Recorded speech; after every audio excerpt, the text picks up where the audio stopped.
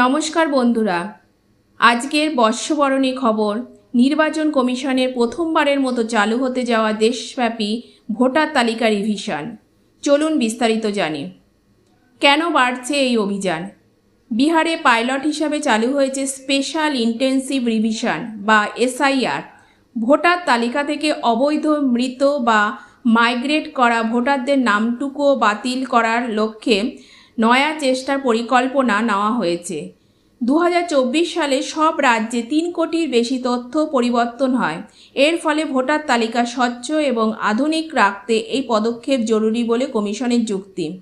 অন্য রাজ্যে কি হতে চলেছে এই পরিকল্পনা? হ্যাঁ, পশ্চিমবঙ্গ সহ আসাম, তামিলনাড়ু, কেরালা, পুদুচেরি নির্বাচনের আগে এই একই রকম প্রস্তুতি নিচ্ছে। বিশেষভাবে পশ্চিমবঙ্গে 2002 সালের পর প্রথমবার এসআইআর শুরু হতে পারে আগামী আগস্টে। 28 জুলাই সুপ্রিম কোর্টে এই বিষয়ে শুনানি। সেক্ষেত্রে চূড়ান্ত সিদ্ধান্ত নেবে কমিশন। সুপ্রিম কোর্ট ইতিমধ্যেই জানিয়েছে, Aadhaar card, voter ID, ration card গ্রহণযোগ্য, বার্থ সার্টিফিকেট বাধ্যতামূলক নয়।